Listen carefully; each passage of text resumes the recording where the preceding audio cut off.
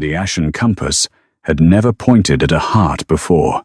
For 300 years, it had hung above the black throne hall of Dravarin, suspended in a ring of dragon bone and burned gold, its needle made from the last scale of a vanished sky dragon. It was not used for travel. It did not point north. It pointed toward betrayal. A traitor who touched it saw the needle turn toward his blood. A liar saw ash rise from his tongue. A murderer saw the compass burn with the faces of the dead. Tonight, the Dragon King ordered every servant, soldier, noble, and prisoner in the palace to touch it. By dawn, someone would be named for treason. By midnight, the compass would point to Leora Ashwin's heart. She stood at the end of the servant line in a plain brown dress, hands clasped tightly to hide the thin scar across her palm.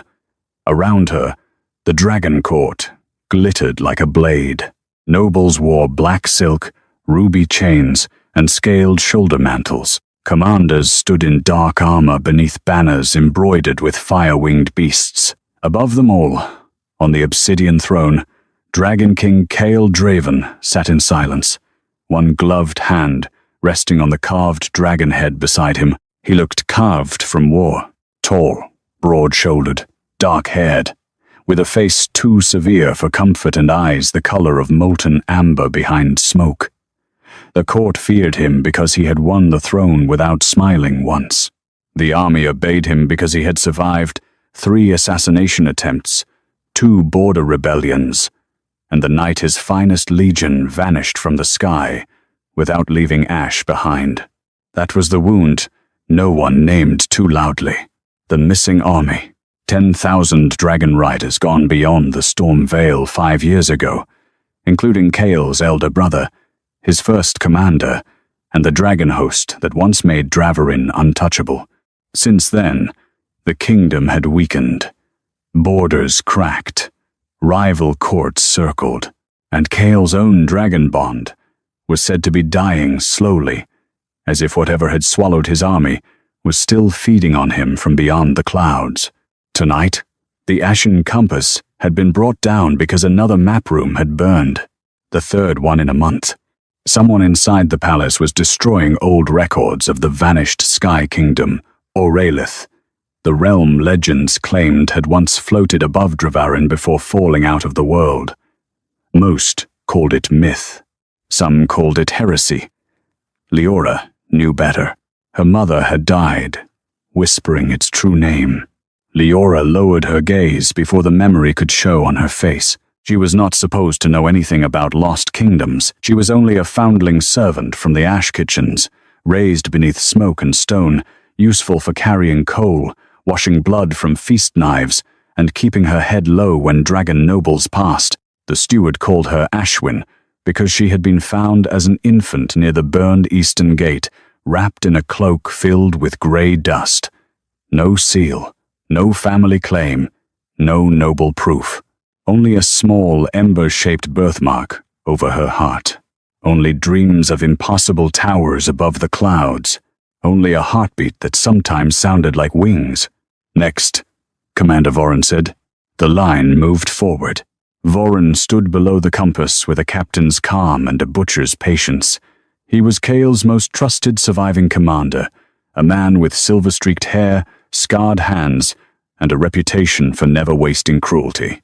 The court respected him because he had returned from the Storm Veil when the others did not. Leora feared him because sometimes, when he passed the servants' corridor, her birthmark burned as if her skin remembered his shadow. A stable boy touched the compass first. The needle did not move. A kitchen maid. Nothing. A scribe. A faint ash flare, but no accusation. One by one, people were dismissed. Some wept with relief. Some glared at the compass as if innocence had offended them. Leora kept counting the steps between herself and the relic. 6, 5, 4. Then, a noblewoman ahead of her stumbled. Lady Sereth, a dragon-blood cousin of the king, placed her hand on the compass and screamed as sparks crawled up her arm. The needle spun once, twice, then steadied not on her, but toward the burned map room doors. The court erupted. Voren's jaw tightened. The relic is disturbed. Kale leaned forward for the first time. Or searching. The sound of his voice moved through the hall like low fire. Leora felt it in her chest, in the hidden mark over her heart. She looked up before she could stop herself. The Dragon King was already watching her. Not fully. Not openly. But his gaze had shifted past nobles, past soldiers, past the accused, and found the servant at the end of the line, as if something in him had heard the same strange wingbeat beneath her ribs. Leora dropped her eyes at once. Too late. Voren noticed. His expression changed by a fraction. "You," he said. The hall quieted.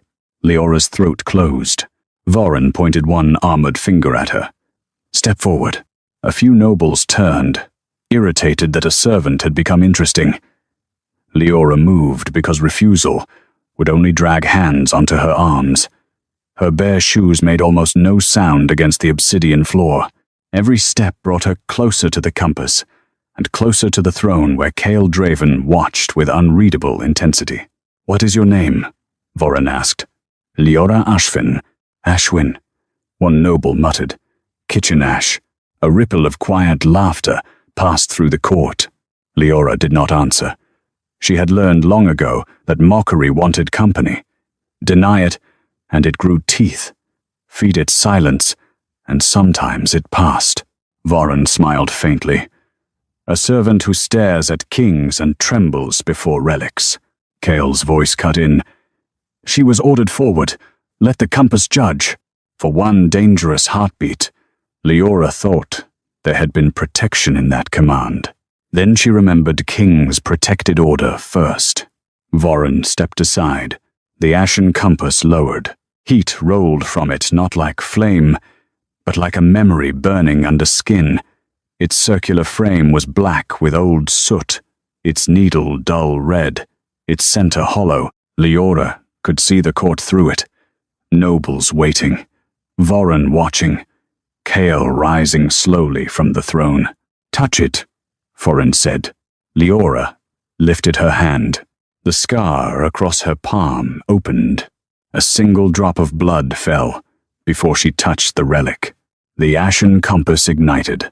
Not red, gold. Its needle spun so violently the dragon bone ring cracked.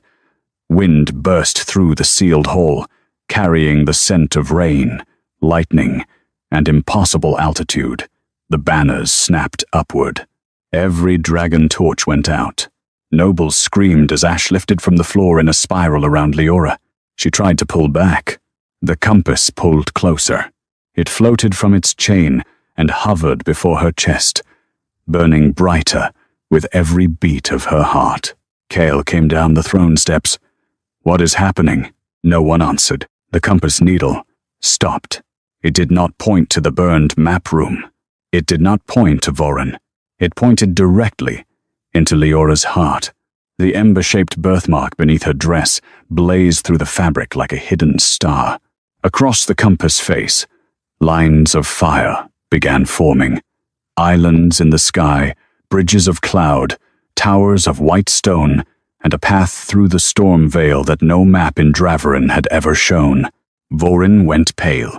Kale stopped before her, his amber eyes wide for the first time. The compass spoke in a voice filled with ash and thunder. The traitor burned maps because the true map was living. Leora could not breathe. The fire lines spread across her skin like coordinates waking in blood. Then the relic gave its final judgment before the entire court. The lost kingdom is not gone. It is hidden inside her heart. The lost kingdom is not gone. It is hidden inside her heart. The ashen compass's words did not echo. They burned. For a moment, the black throne hall of Draverin became so silent, Leora could hear her own heartbeat beneath the fire spreading across her chest. The compass hovered before her, like a small, dying sun, its needle fixed straight into the ember-shaped mark beneath her dress. Around her, dragon nobles stepped backward, as if her body had become a doorway to something forbidden. Guards lifted spears. Servants pressed themselves against pillars. Somewhere high in the rafters, the royal flame drakes hissed and folded their wings. Leora could not move. She had spent her life learning how to be unseen.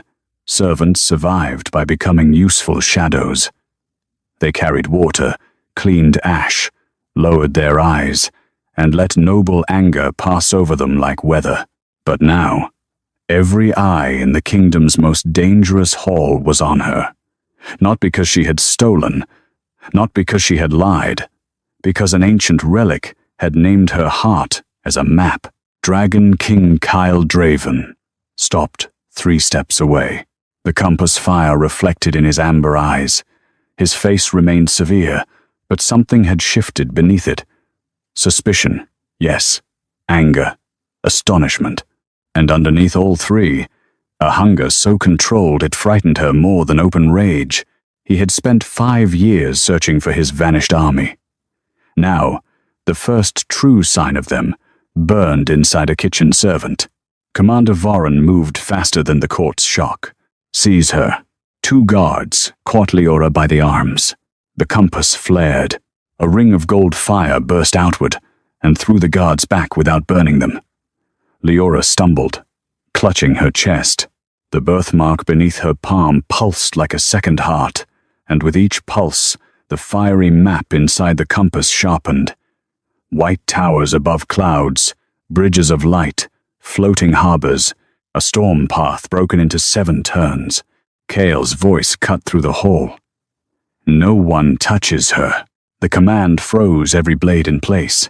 Voren turned toward the throne steps. Your Majesty, the relic just named her as the living map. That makes her the most dangerous person in Dravarin. No, Kael said. It makes her the only person in this hall not yet proven useless. A few nobles lowered their eyes, stung by the insult.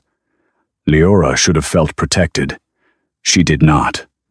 Kings did not protect servants because they were kind. They protected what they needed. Kael looked back at her. Who are you? The answer she knew sounded suddenly thin. Leora Ashwin. Ash, kitchen servant. The compass gave a sharp, metallic scream. Fire letters spun around its rim. Ashwin is a hiding name, the court murmured. Leora's throat tightened. It is the only name I have. Kael studied her as if that hurt him and angered him in equal measure. Where were you born? I do not know. Who gave you the mark over your heart? My mother. The answer left her before caution could stop it. Voren's eyes sharpened. So you remember her? Leora swallowed. Images came in fragments. Warm hands, blood on white silk, a woman whispering through smoke. Never let them cut your heart open. Only her voice. The compass spun once. A vision ignited above it. The court saw a woman running through a burning sky corridor with an infant against her chest. Behind her, dragon soldiers fought in clouds bright with lightning. A blade struck her side. She fell beside a gate of ash and gold, pressed 2 bloodied fingers to the infant's heart, and whispered in a language Leora had never been taught, but somehow understood. Hide the path, where no king can command it. Then, the vision vanished. Leora staggered. Kael caught her by the wrist. The moment his skin touched hers, every dragon torch in the hall reignited blue. Kael went still. Leora felt it too. Not comfort, not desire. Something sharper and older. A pull between his dying dragon, bond, and the map. Fire in her heart. His hand tightened once, then released her, as if he had remembered she had not given permission to be held. That small restraint unsettled her. Voren noticed it. His face hardened. Your Majesty, this may be the trap. A living map placed in a servant's body, waiting until the court is desperate enough to follow. Kael did not look away from Leora. And who would set that trap? Voren's answer came too quickly. Oralith loyalists, if any survived. The compass needle twitched toward him, only slightly. But Leora saw. So did Kael. The Dragon King turned his head. Commander, Voren bowed. Relics grow unstable near forbidden blood. Then step closer. Silence cut through the hall. Voron's jaw tightened. Your Majesty? Step closer to the compass. For the first time, the commander hesitated. The compass began to spin again, slowly this time, as if tasting the air between Voron and Leora. Ash lifted from the floor. Gold sparks gathered around the commander's boots. Then the great western doors burst open. A bloodied scout stumbled into the hall and fell to one knee. Your Majesty, he gasped. The Border Watch reports dragon fire beyond the storm veil. The entire court went silent. Kyle's face changed. Dragonfire? He asked. The scout nodded, shaking. Green. Gold flame. The signal of the vanished legion. Leora felt the map in her chest burn so hot, she nearly cried out. The compass needle tore away from Voron and slammed back toward her heart. Across its face, 7 words appeared in fire. The first gate opens when she bleeds. The first gate opens when she bleeds. The words burned across the ashen compass in 7 sharp lines of fire, then folded into the map floating over Leora's chest. The throne hall erupted at once. Dragon nobles shouted over one another. Guards tightened formation. Servants pressed themselves against the walls as if stone could protect them from what had just been revealed. Beyond the great western doors, the wounded scout knelt with his head bowed, still trembling from the message he had carried from the storm veil. Green gold flame, the vanished legion's signal. Kale Draven stood in the center of the hall, his face stripped of every court mask except command. For 5 years, Draverin had mourned the missing army as dead. For 5 years, Kale had worn that loss like armor. His brother, his best riders, half the kingdom's strength, swallowed by storm. Now a kitchen servant, with a burning map in her heart, had become the first living path toward them. And the compass wanted her blood. Leora stepped back. No, the word was small, but it cut through the nearest voices. Commander Voron turned on her. The relic has spoken. So did I. A few nobles gasped at the defiance. Leora felt fear rise hot in her throat, but she did not lower her eyes. Her whole life had taught her what happened when powerful men used sacred words to make a poor girl's body sound like property. The compass had awakened in her heart, but that did not make her a key to be cut open. Voron's expression hardened. 10,000 dragon riders may be alive beyond the storm veil. The first gate opens when you bleed. Do you understand what your refusal may cost? Leora's hand closed over the burning mark. Do you understand what asking means? Kale looked at her then, not at the compass, not at the map. Her. Something dangerous moved across his face. Not softness, but recognition of a boundary being drawn in a room that had rarely permitted servants to have them. No one cuts her, he said. Voron's jaw tightened. Your Majesty, with respect, with obedience, Kale said. The hall fell silent. Leora should have felt safe. Instead, the word obedience reminded her that Kale had not freed her from danger. He had merely taken control of it. A king's protection could become another locked room if she was not careful. The compass dimmed slightly, as if displeased by delay. Then the ember mark over Leora's heart pulsed. Pain flashed through her chest. She stumbled, and the floating map burst outward in sparks. For one breath, the court vanished, replaced by sky. White towers suspended above clouds, dragon bridges cracked in midair, soldiers trapped behind walls of storm glass, and a woman with Leora's eyes pressing a bloodied hand to an infant's heart. Her mother. Leora gasped and dropped to one knee. Kale moved toward her, then stopped before touching her. What did you see? She swallowed hard. A city in the sky, soldiers, a gate made of storm glass. The scout lifted his head. The Border Watch saw the same color through the veil. Green, gold. Voron stepped closer. Then the map is active. We must begin the gate right before the signal fades. No, Kale said again. This time, Voren's control cracked. Your brother may be alive. The sentence struck the king like a blade. Leora saw it. Everyone did. Kale's face did not break, but the air around him changed. The torches burned lower. A faint black scale pattern appeared at the side of his throat, then vanished. His dying dragon bond was reacting to the hope he had trained himself not to feel. Voren saw the wound open and pushed into it. Prince Raiden took the Legion into the Storm Vale under your command. If there is even one chance, do not use my brother to make me careless. The commander bowed his head, but his eyes remained cold. I am using him to make you king. The compass needle twitched again, toward Foren. Leora looked at Kyle. Kyle had seen it too. Before he could speak, Lady Sereth, the noblewoman from the line, stepped forward with ash still on her sleeve. There is a way without cutting her. Old navigation rights require only willing blood. Voren's gaze snapped toward her.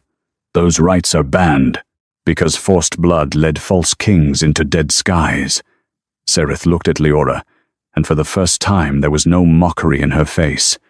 A living map answers consent, not knives. The compass flared gold. Truth. The entire court felt it. Voren's face darkened, but Kyle's eyes stayed on Leora. If you choose to give one drop, the rite begins. If you refuse, no one touches you. A laugh broke from somewhere in the noble ranks. The Dragon King asks permission from Ash Kitchen blood. Kale turned his head. The laughter died. Leora looked at the compass, then at the scout, then at the map burning faintly beneath her skin. Somewhere beyond the Storm Vale, an army might still be alive. Somewhere beyond it, her mother's secret waited. But if she gave blood now, the court would never again see her as only a servant. They would see a door, and doors were always forced open. She lifted her injured palm. Kale's voice lowered. Leora. The sound of her name in his mouth unsettled her more than command would have. I am not doing this for your court, she said. I know. I am not promising to take you anywhere. I know. Her voice trembled. And if the map opens, it opens because I choose it. Kale bowed his head once, before everyone. Then let the court remember that. Leora pressed the scar on her palm until one drop of blood welled bright red. The ashen compass descended. The drop rose from her skin and struck the compass center. Gold fire exploded across the throne hall. A circular gate formed above the obsidian floor, showing storm clouds from above, not below. Through the burning air came the distant roar of dragons, weak, trapped, but alive. Then a man's voice broke through the storm. Kyle. The Dragon King went still. The voice came again, ragged and impossible. Brother, do not trust Voren. The gate shattered. Every flame in the hall turned black. And Commander Voren drew his sword. Commander Voren drew his sword, and the throne hall finally understood that the traitor had been standing closest to the king all along. The blade came free with a sound like iron dragged through ash. It was not the ceremonial steel of a court commander. It was black glass, edged with stormfire, a weapon made beyond the veil, where no forge in Draverin had burned for generations. The moment it cleared the sheath, the ashen compass screamed. Every line of fire around Leora's heart flared, and the shattered gate above the floor collapsed into sparks. Kyle moved first. He stepped between Leora and Voren before the commander could raise the blade. The gesture was instinctive, violent, and dangerous. Not because it was protection, but because the court saw it. The Dragon King, who had ordered servants to be tested like criminals only an hour before, now stood with his body shielding the Ash Kitchen girl who carried the path to his missing army. Voren smiled without warmth. There he is, the desperate brother. Kale's voice was low. Drop the sword. I served your father. I carried your brother into the storm veil.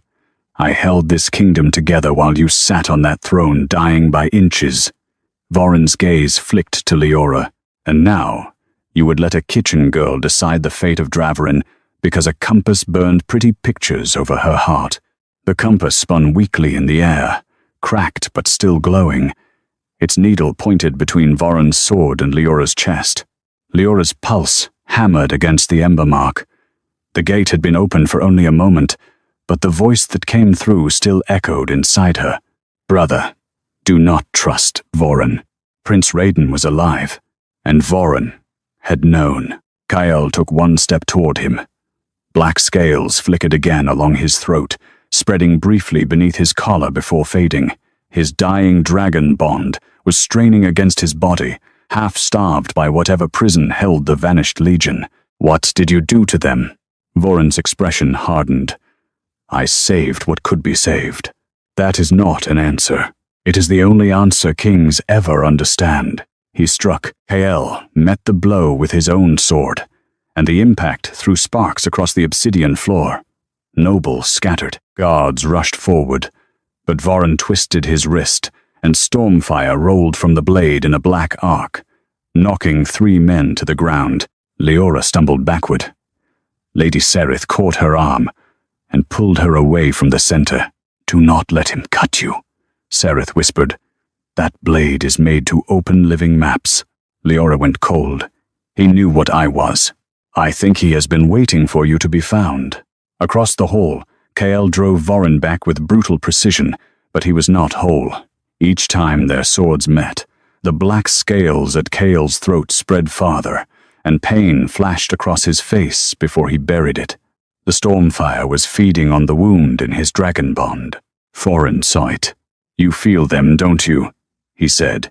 "Your riders, your brother, all those loyal fools trapped where no king can reach them unless this girl bleeds enough." Kael's eyes burned amber. "You trapped them. I redirected them." The Ashen compass flared. Truth twisted, not clean. Voron's jaw tightened as the relic judged him. Oralith was never lost. It was sealed because its bloodline could command dragon roots no throne could control. Your brother found the edge of it. He wanted to bring the army back with proof that Dravarin's crown had slaughtered Oralith's heirs. I could not allow that. Leora's breath stopped. Her mother's vision flashed before her again. Blood on white silk, a baby clutched to her chest, a burning sky corridor. If Voron had helped destroy Oralith, then her mother had not hidden the map from enemies only. She had hidden it from Dravarin. Kael struck hard enough to crack Voron's guard. "You condemned 10,000 riders to prison for politics? For stability?" Voron snapped. "A dead army is grief. A returned army with Oralith's truth is civil war."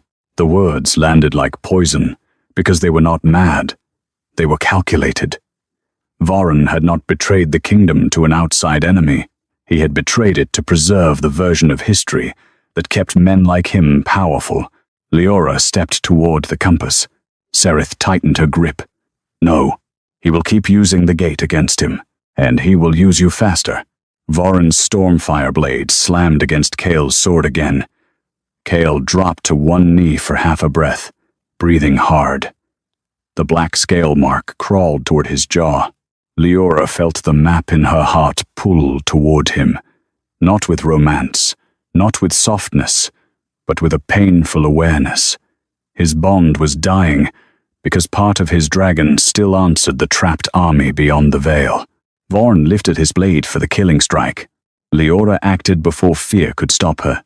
She seized the Ashen compass with both hands. Fire tore through her palms. The relic burned, but not with punishment, with recognition. Its needle spun once, then aimed at Voron's chest. Leora saw the shape of his treason through the flames. A hidden oath branded beneath his armor, a storm key buried near his heart, a gate seal stolen from Oralith's last queen, her mother. "Kael!" she shouted. "His heart!" Voron turned toward her, eyes widening. Kael moved. His sword pierced Voron's armor just below the ribs, not killing, not deep enough for mercy, but enough to break the storm key hidden inside him.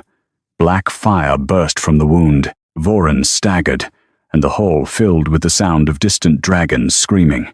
The compass rose from Leora's burned hands and floated between them. Its needle no longer pointed to her. It pointed through Voron. Behind him, a second map appeared. Not the path to Aurelith, but the prison holding the vanished legion, a storm-glass fortress suspended beneath the lost kingdom, guarded by the same traitor oath burning in his blood. Voron collapsed to one knee, laughing through pain. "You found the cage, not the door." Kyle gripped his sword. "Where is the door?" Voron looked past him at Leora, and his smile turned cruel. Still, in her heart, the compass fire shifted. A new line appeared across Leora's chest, deeper than the first, glowing like a wound waiting to be opened. The relic spoke again. "The first gate has shown the prison. The second gate opens only when the living map chooses whom to trust." Every eye turned to Leora. Kyle lowered his sword, breathing hard, blood and stormfire on his armor. For the first time, the Dragon King did not command the map. He looked at the girl who carried it and waited. The Dragon King waited. That frightened the court more than his anger had. Pale Draven stood in the center of the shattered throne hall, with stormfire bleeding across his armor. One hand still clenched around his sword, his breathing rough from the wound in his dragon bond. Commander Voron knelt before him with black fire leaking from the broken storm key beneath his ribs. The Ashen compass hovered between them, burning with two maps at once. One over Voron's treacherous heart, showing the Stormglass prison, where the vanished legion was trapped, and one over Leora's chest, glowing deeper with every beat of her heart. The second gate opens only when the living map chooses whom to trust. Every noble looked at Leora, as if her body had become a locked kingdom. She hated it. A servant could be ignored. A prisoner could be guarded. But a living map would be watched, measured, hunted, protected, and used by people who would call every cage necessary. She had only been visible for an hour, and already the court had tried to seize her, cut her, accuse her, and turn her blood into a road. Kael did not step closer. That mattered, but it did not erase what he was. He was still a king, a desperate one, a man with a dying dragon bond, a lost brother, and 10,000 riders crying out behind the storm. If she trusted him, she might save an army. If she trusted wrongly, she might open her heart for the same kingdom that had destroyed her mother. Voron laughed softly from the floor. "Look at her, Your Majesty. She understands now. The map was hidden in the perfect place. Not stone, not scroll, not sky. A frightened girl's heart. No army can march through it unless she breaks first." Kael's sword lifted toward his throat. "Speak again, and you will lose the privilege." Voron smiled. "Kill me, and you lose the only living man who has entered the Stormglass fortress," and returned. The Ashen compass sparked. "Truth." Leora forced herself to look at him. "You went there?" Voron's gaze shifted to her, sharp and assessing. "Once. Long enough to see your precious lost kingdom from below. Long enough to hear the Legion still beating their wings against glass. Long enough to learn that Aurelith does not open to kings." "Then why did you burn the maps?" she asked. "Because maps can be stolen. Hearts can be controlled." A chill moved through her. Lady Sereth stepped closer, still keeping her voice low. "Leora, do not let him frame this choice for you. Aurelith blood answers will, not fear." Voron's eyes cut toward her. "You remember too much for a minor cousin." Sereth's face paled, but she did not retreat. "And you remember too little for an innocent commander." The compass needle trembled between them. Kael noticed. "Sereth." She bowed her head once. "My mother served in the old archive before the purge of sky records. She told me Orolith's royal bloodline did not carry maps like ink. They carried them as heart roots. Each gate opens only when the living air names a true direction. Leora pressed one hand over the burning mark. What does that mean? It means the compass cannot force you to open the second gate, Sereth said. But fear can make you open the wrong one. Vorin's smile faded. The compass flared gold. Truth. Kyle turned toward Leora. Then we do nothing until you understand the choice. A nobleman snapped. Your Majesty, the signal beyond the veil may vanish. Kale did not look away from Leora. Then it vanishes. Lehol recoiled. Even Leora stared at him. The words were not soft. They were brutal, because they cost him something. His brother's voice had just come through the gate. His army might be alive. His bond was dying, yet he had chosen not to make her body the price of his urgency. Vorin saw the danger in that restraint. How noble, how tragic, how useless. Your brother will admire your manners while he rots behind Stormglass. Kyle's face went white with controlled rage. The black scales along his throat spread again. His hand tightened around the sword until blood ran over the hilt. Leora saw the battle inside him. The king who wanted to command, the brother who wanted to tear open every gate, and the wounded man trying not to become another blade pointed at her heart. Then the compass showed her a vision, not of Orolith, of Kale. He stood alone in a tower after the Legion vanished, one hand pressed to his chest while his dragon bond cracked inside him like dying fire. Around him, counselors argued about borders, treaties, succession. Vorin stood at his side, whispering that grief must become iron. Kale did not weep. He ordered the search to continue. Then, when no one remained to see, he pressed his forehead to the window and whispered his brother's name once. Raidon. The vision faded. Leora looked at him differently despite herself, not with trust. Not yet, but with the uneasy knowledge that he had also been shaped by a loss other people used. The Ashen compass lowered until it hovered between her and Kael. Its voice came softer this time. Name the direction. Leora swallowed. I choose to see the door, not open it. Gold fire spread across the compass face. The court murmured. A line of light rose from Leora's heart, curved through the air, and struck the broken storm key inside Vorin's chest. He screamed as the fire pulled a hidden root from his blood, not enough to open a gate, only enough to reveal where the next truth lay. The map formed above the hall, a narrow bridge of cloud bone, a locked gate beneath a dead star, and a name written in burning Orolith script. The Heart Vault, Sereth gasped. The place where Orolith sealed royal blood. Vorin collapsed forward, shaking. You do not know what waits there. Leora stared at the burning root. Neither did she. But the path did not lead through her flesh. It led beneath the palace, into a sealed archive older than Dravarin itself. Hale looked at her. Will you go? Every noble waited. Leora lifted her chin. I will go to learn what my mother hid in me. Not to save your army. Not yet. Kale bowed his head once. Then we go for your truth first. The compass brightened. For the first time, its needle turned away from Leora's heart and pointed toward the floor beneath the throne. The obsidian cracked open. A stairway of ash and gold descended into darkness, and from below came the sound of a woman singing Leora's forgotten name. The stairway beneath the throne breathed ash and gold. Leora stood at its edge with the ashen compass hovering before her chest, its needle no longer stabbing toward her heart, but pointing down into the dark, as if the palace itself had been built over a secret it feared to remember. From below came the woman's song, low, broken, and hauntingly familiar. Leora did not know the melody, yet her blood did. Each note touched the ember mark over her heart, and made it ache with a grief older than her own memory.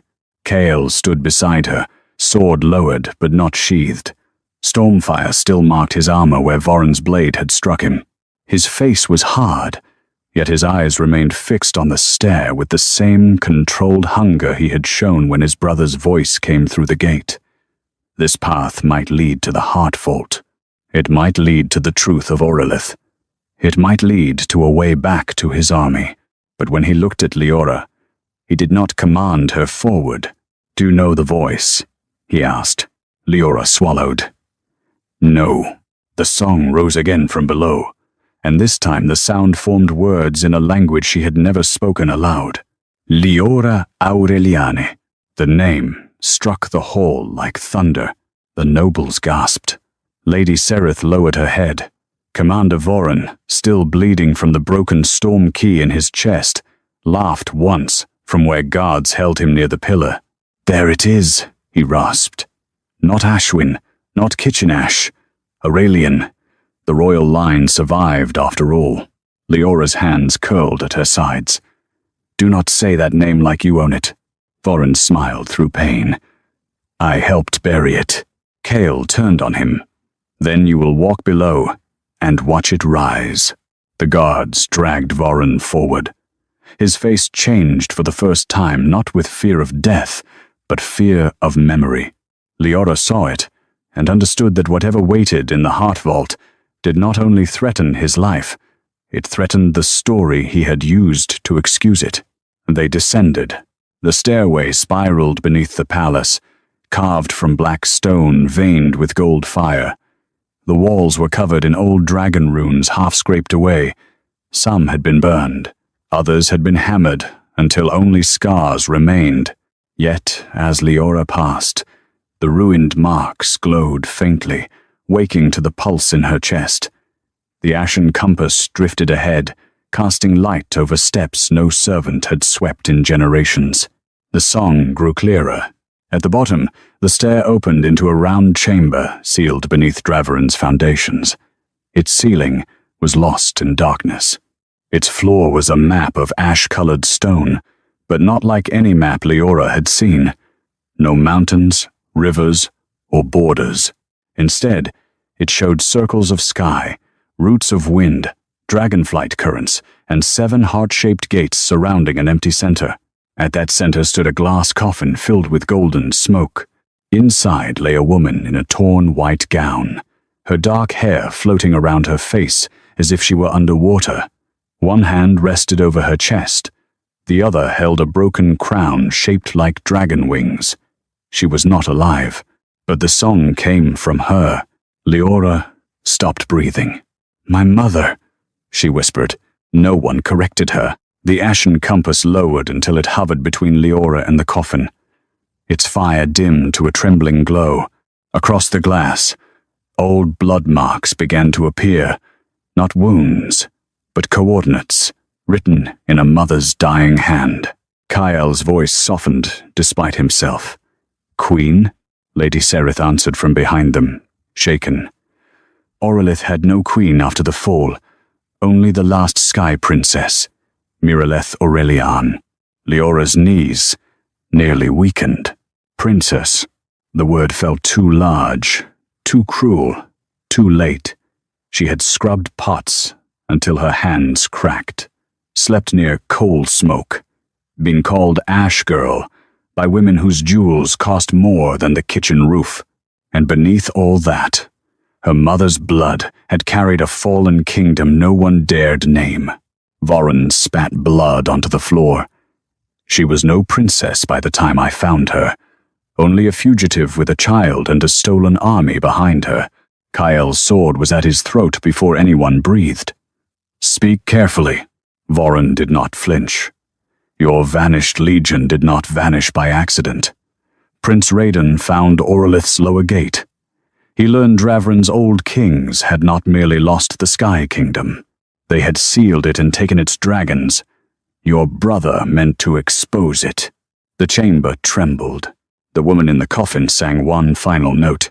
The golden smoke inside the glass cleared.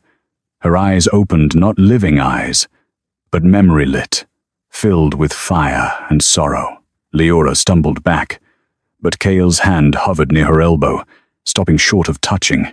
The dead woman's gaze found Leora. "My little star," she whispered. Leora made a sound that was almost a sob. The heart vault awakened. Gold lines rose from the floor, and wrapped gently around Leora's ankles, not binding her, but recognizing her. The empty center of the map filled with an image of Orlith. Towers floating above thunderclouds, dragons sleeping on bridges of light, and far below them, a storm-glass prison where thousands of dragon riders beat their wings against invisible walls. Kyle's breath caught. "Ride on," he whispered. One figure in the vision lifted his head, as if hearing him across impossible distance. A man with Kyle's eyes stood among chained riders, one hand pressed against a wall of stormglass. Leora's mother turned her memory gaze toward the Dragon King.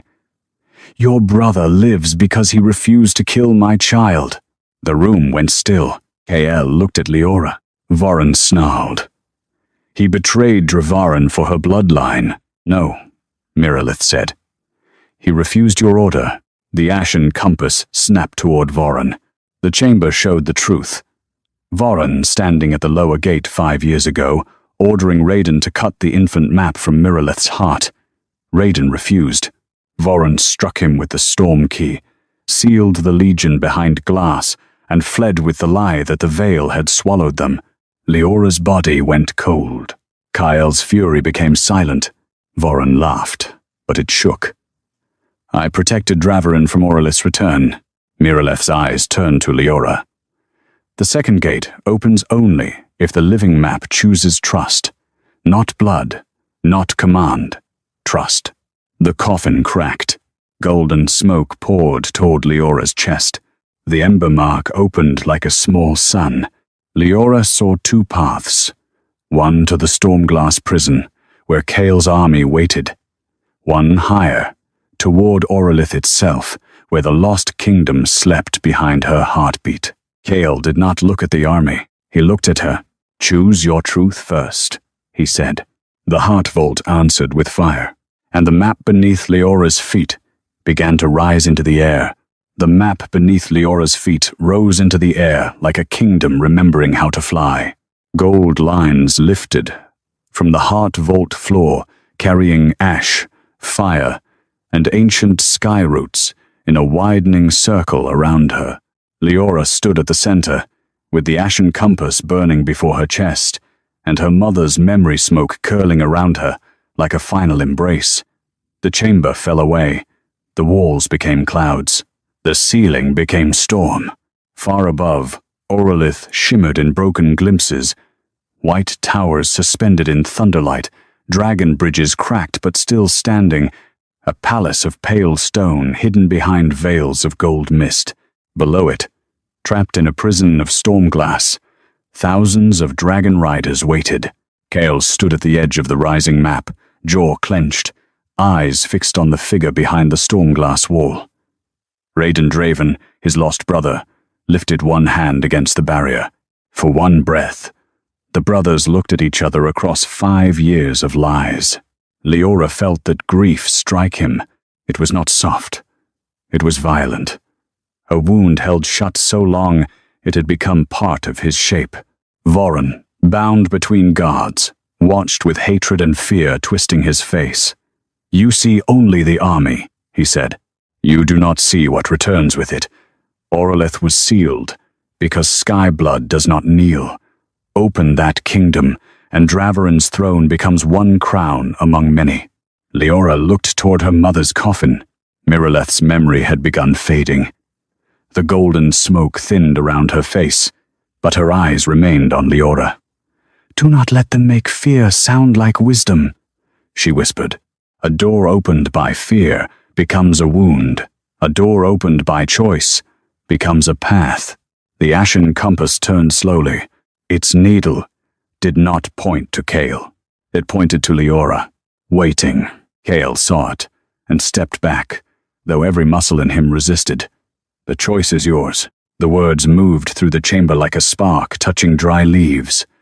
Nobles above would never believe it. Commanders would call it weakness.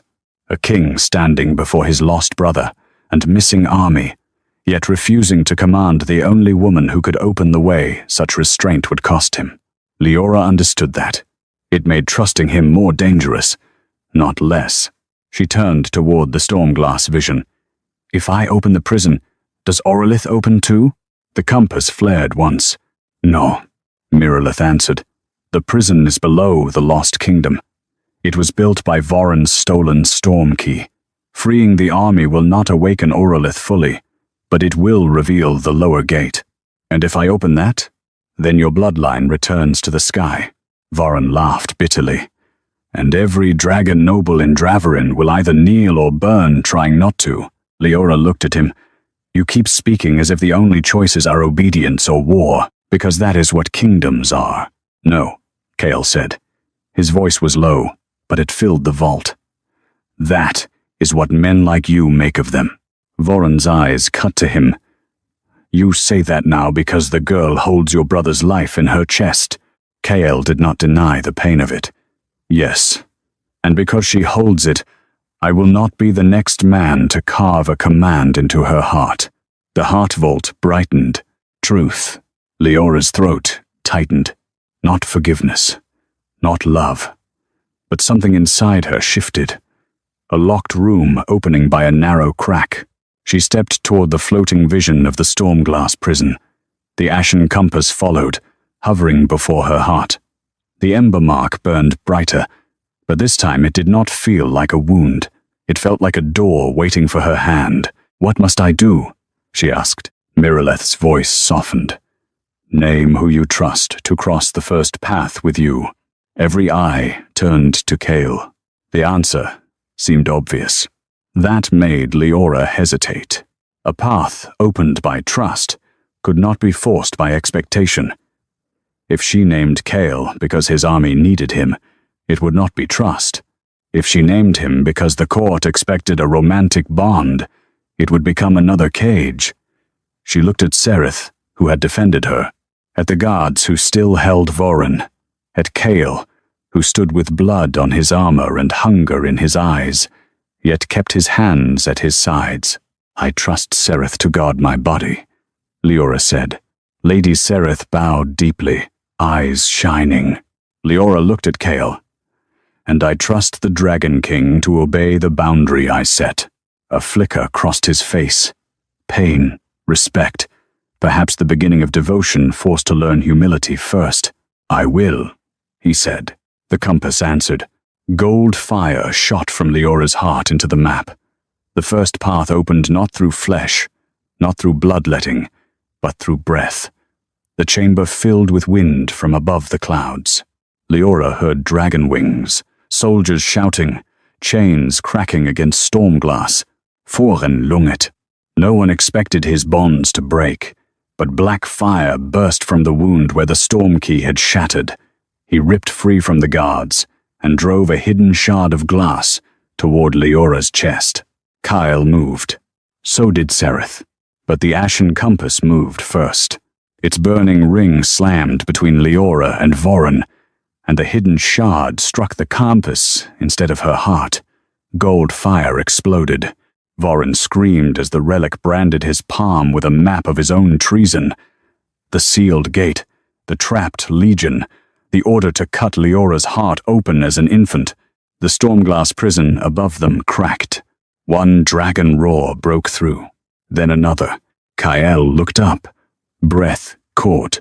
In the vision, Raiden struck the wall from the other side. Leora raised both hands, not knowing if she was opening a gate or tearing herself apart. The compass spoke through the fire. The living map has chosen witness.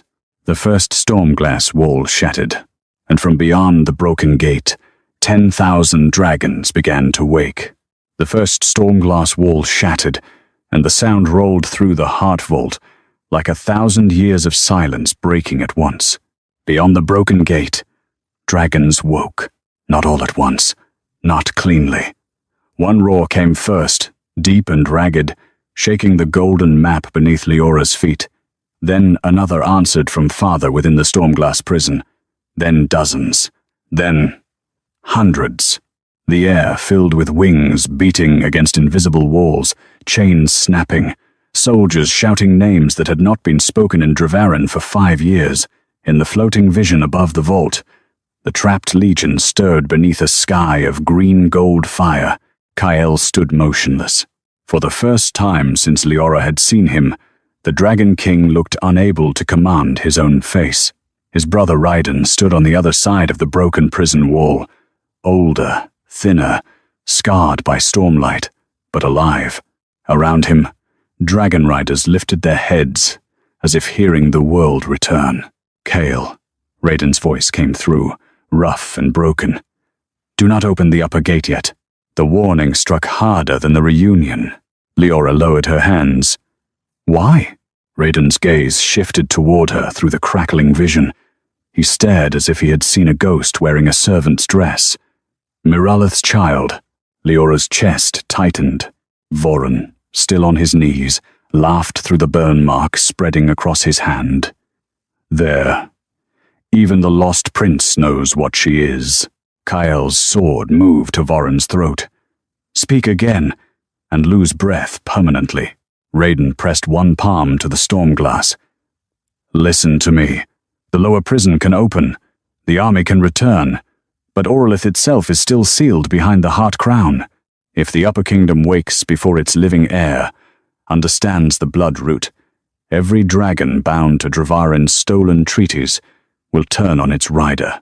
The nobles in the chamber went pale. Sereth whispered, The old dragon treaties. Raidon nodded. Forged from Orlith's captured gates, Dravarin's kings did not merely conquer sky roots. They stole dragon obedience from the Lost Kingdom and built their army on it. If Orlith wakes in rage, every stolen bond breaks violently. Kael's jaw tightened.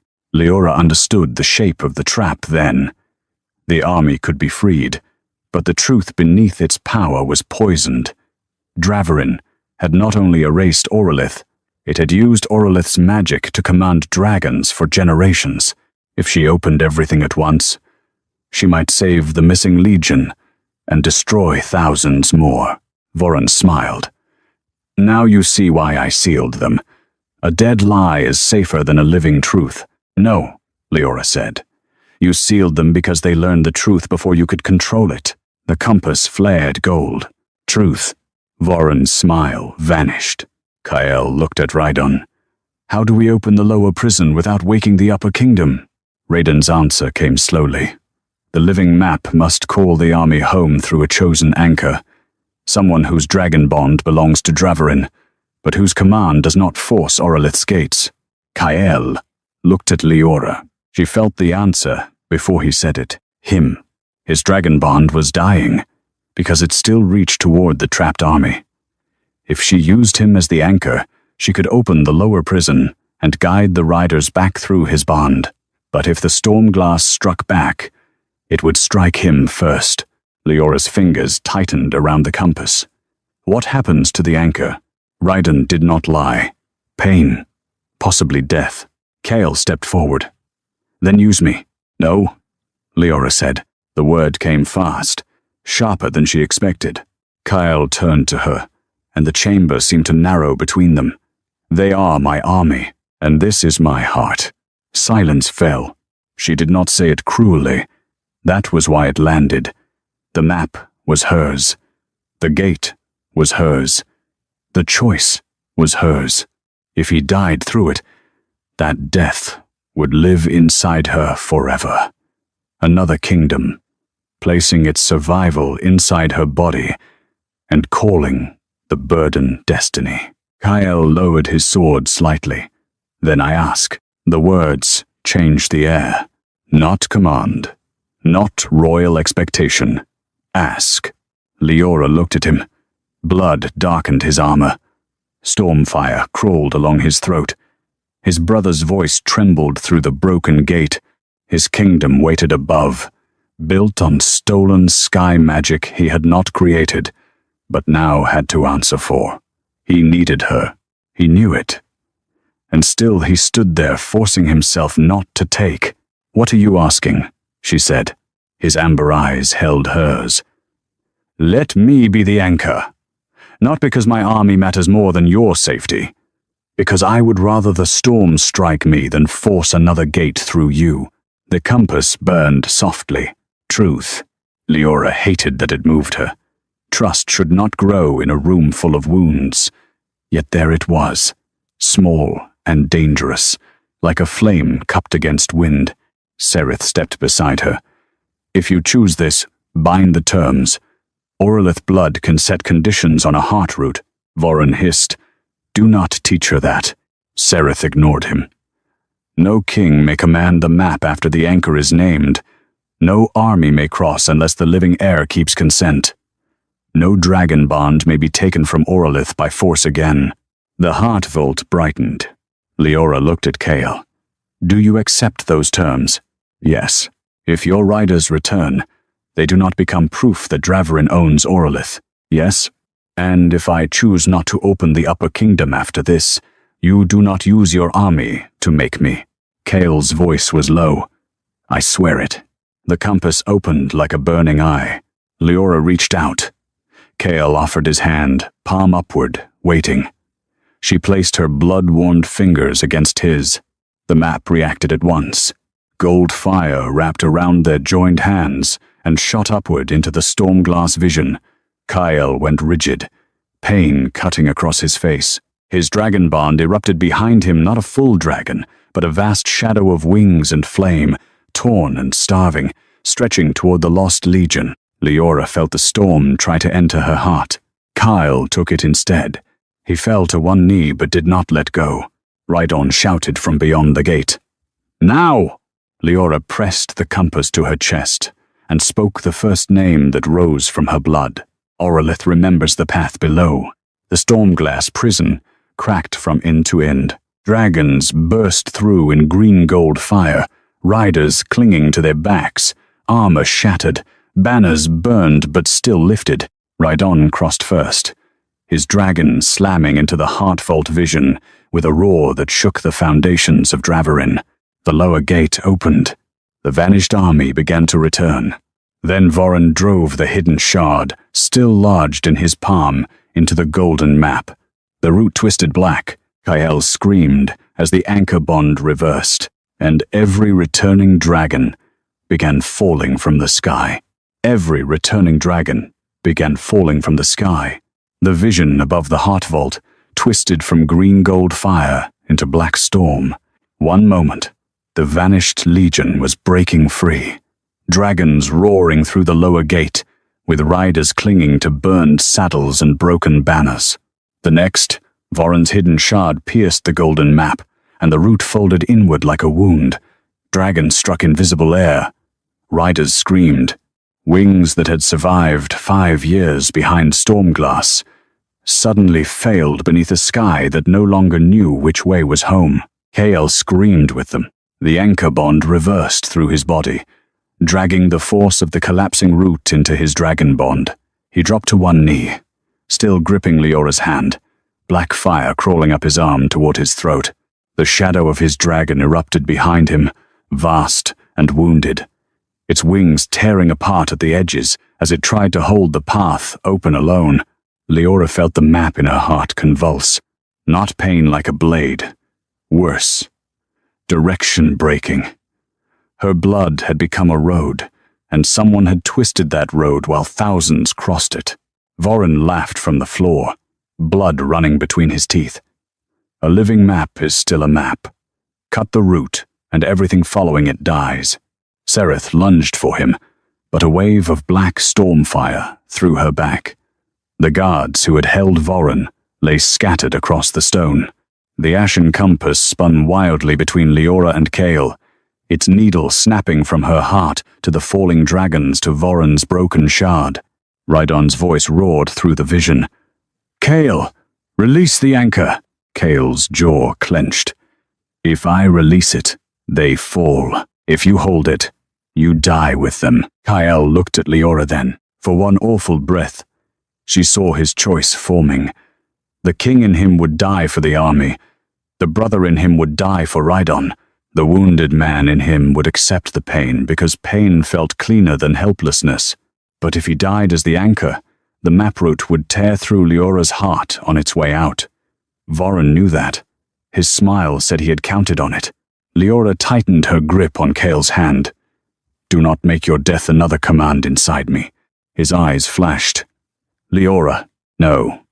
Her voice shook, but she held him. You asked to be the anchor, not the sacrifice. The heart vault trembled. The golden smoke inside Miraleth's coffin stirred one last time. Her mother's fading memory lifted a hand toward the compass. A heart root cannot be repaired by force, only by naming the true destination. Leora looked at the falling dragons. Home. That was the obvious answer. But fear whispered that home was too simple. Orlith had been stolen. Draverin had lied. The Legion had been trapped. Kale was dying through her hand. Voren had turned every road into a weapon. If she named the wrong destination, she could lead the army into death. Voren pushed himself upright, clutching the shard buried in the map. You do not know the sky, girl. You know kitchens, ash floors, servant halls. You cannot guide dragons. The words struck the old wound, exactly where he meant them to. She had been raised to believe smallness was safety. She had carried coal, scrubbed stone, hidden her hunger, lowered her eyes. A kingdom of clouds lived in her heart, and she had been taught to apologize for taking up space. Kale's grip tightened not to command, but to steady. You are not Ash, he said through pain. You are the only one the compass obeys. The compass flared. Truth. Leora closed her eyes. She stopped trying to see the whole route. She listened instead, to her heartbeat, to the wing beat beneath it, to the memory of her mother running with blood on her gown, to the army falling, to Kyle, refusing to force her, to the map that had never been lost, only hidden where no tyrant could unfold it without her will. She opened her eyes. The destination is not Draverin, she whispered. The compass stopped spinning. Voren went still. Leora lifted her free hand and pressed it over the ember mark. And it is not the prison. Gold fire gathered beneath her palm. The destination is the sky that remembers them. The heart vault answered. The map rose higher, no longer flat beneath their feet, but surrounding the chamber in a sphere of burning roots. The twisted black path Voren had corrupted appeared like a dark vein. Leora reached toward it. Kale tried to move with her, but she shook her head. Hold, she said. He obeyed. That obedience, from a dragon king on his knees, steadied something inside her. Leora seized the black root with her bare hand. Pain tore through her, but she did not let go. She pulled not toward herself, not toward Kale, but upward. The root snapped free from Voren's shard and reattached to the golden sky map above the Stormglass prison.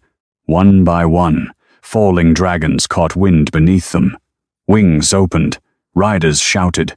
Raiden's dragon twisted out of a death spiral and climbed toward the light.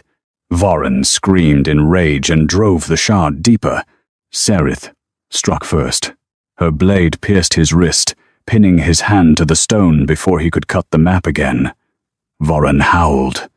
The black shard shattered. The Ashen compass turned on him. For the first time, its needle did not ask a question. It judged.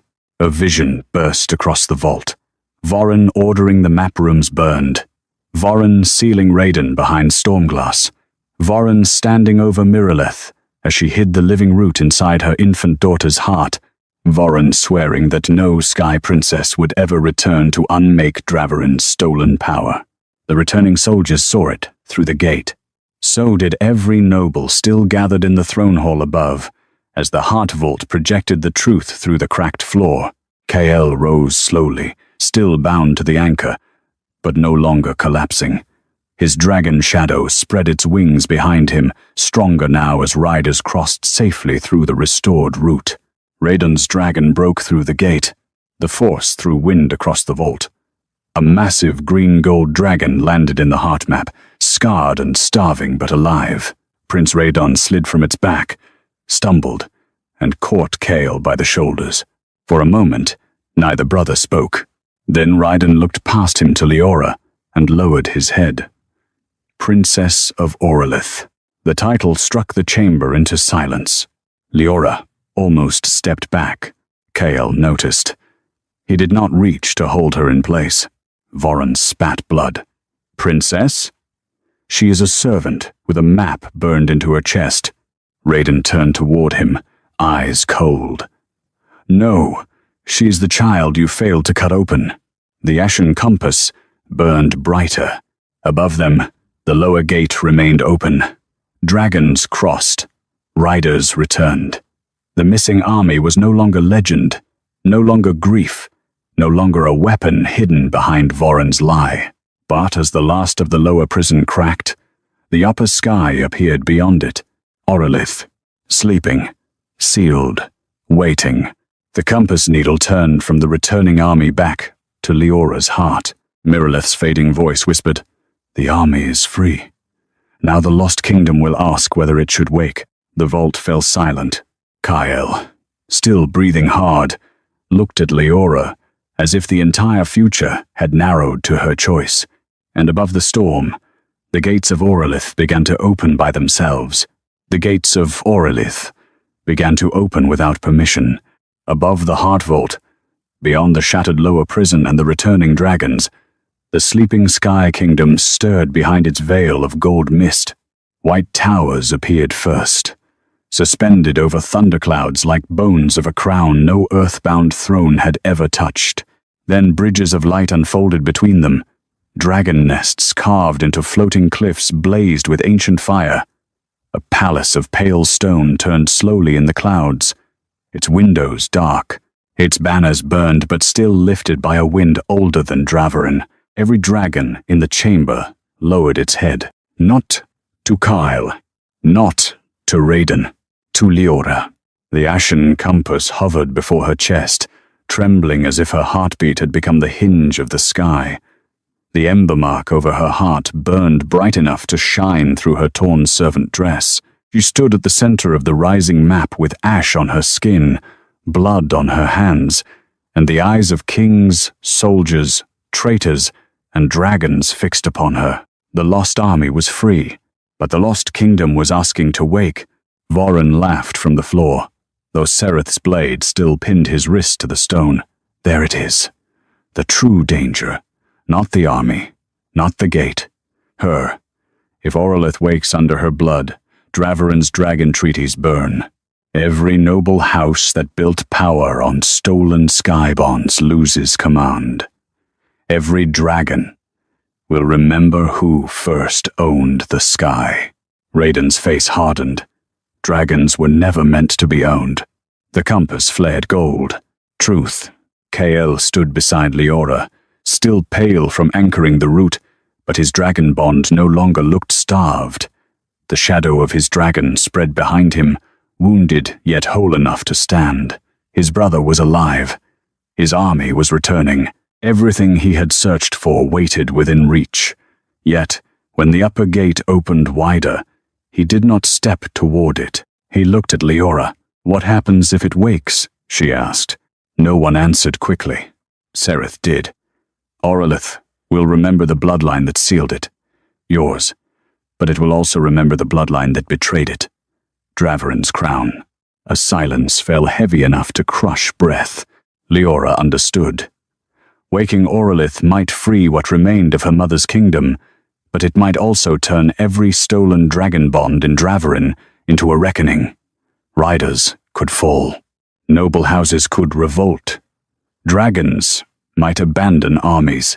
The sky itself might reject the kingdom built beneath it.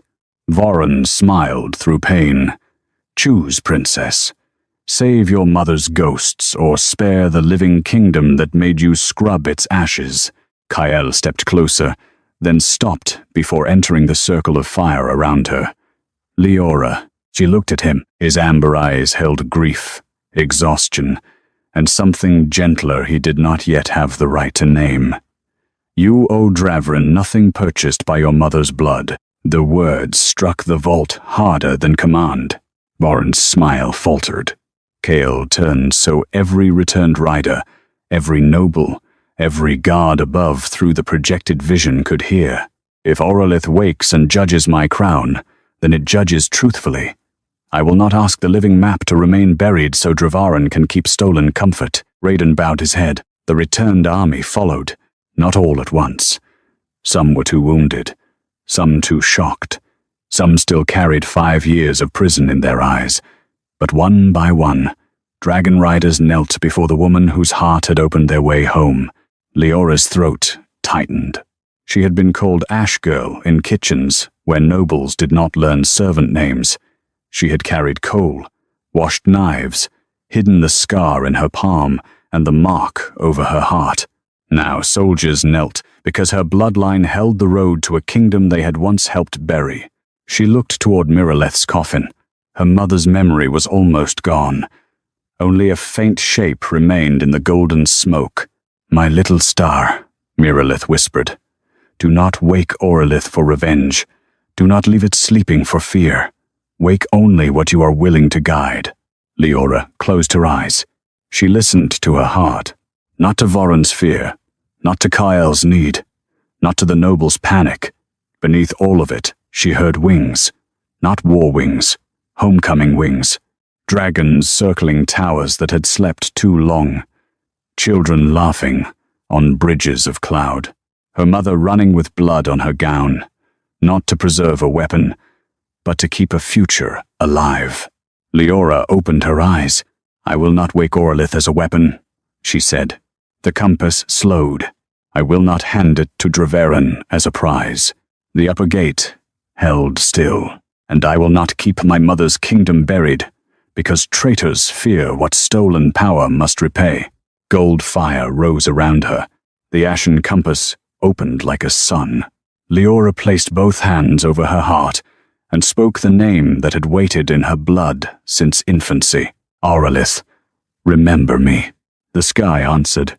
The upper gate did not explode. It breathed open. Gold mist poured through the heart vault and up through the cracked throne hall. Across Dravarin, every dragon paused. Some screamed as old chains snapped from their blood. Some wept fire. Some simply lifted their heads as if hearing their true names for the first time. Noble riders staggered, losing the forced commands their houses had inherited. But the dragons did not slaughter them. They waited. Orlith was not waking in rage. It was waking in witness. In the vault, Voron's face emptied of color. No. The ashen compass turned toward him. Its needle pierced the air over his chest, and the final hidden vision burned across the chamber. Voron standing over Miraleth years ago, ordering her heart cut open. Raiden refusing. The Legion sealed. The map rooms burned. The court lied to. Leora hidden in ash kitchens, so no one would recognize the last princess of the sky. Every returned rider saw. Every noble above saw. Kael lifted his sword. "Commander Voron, you will stand trial before Dravarin and Orlith both." Voron spat blood. "You need me to control what returns." "No," Kael said. "That is why you feared her, because she returns what does not need you." Sereth bound Voron with gold fire from the compass ring. He did not vanish. He did not die beautifully. He was left alive to answer, and somehow that seemed to frighten him more. The heart vault opened fully. Above the palace, Orlith appeared in the dawn sky, not descending, not conquering, but visible at last. Its towers shone through clouds like a second kingdom, remembering the world below. The returned dragons circled upward, carrying wounded riders home through the lower gate. Raidon embraced Kael once, hard and silent, before stepping back with tears in his storm-burned eyes. Kael turned to Leora. The court watched through the broken floor vision. The army watched. Orlith watched. He did not kneel to claim her. He did not announce her as bride, prize, or salvation. He bowed his head as one ruler before another. "Princess Leora Aureliane," he said, voice rough with everything he did not force into romance. "Dravarin owes your bloodline truth, reparations, and the return of every stolen dragon bond." Leora looked at him, ash-stained and shaking. No longer servant, not yet queen, but seen. "And you?" she asked. His eyes met hers. "I owe you the patience to let trust grow without turning gratitude into a chain." That answer almost broke her. Almost. Instead, she lifted the ashen compass. Its needle, for the first time, pointed nowhere. No betrayal, no prison, no forced road, only a still center. Leora smiled faintly through tears. "Then, begin there." Dawn broke over Dravarin. The dragons rose toward Orlith. The nobles stood speechless beneath a sky they could no longer deny, and Leora, once hidden in ash and silence, walked from the heart vault beside the Dragon King, not as his map, not as his key, but as the living heart of a kingdom that had finally found its way back to the sky.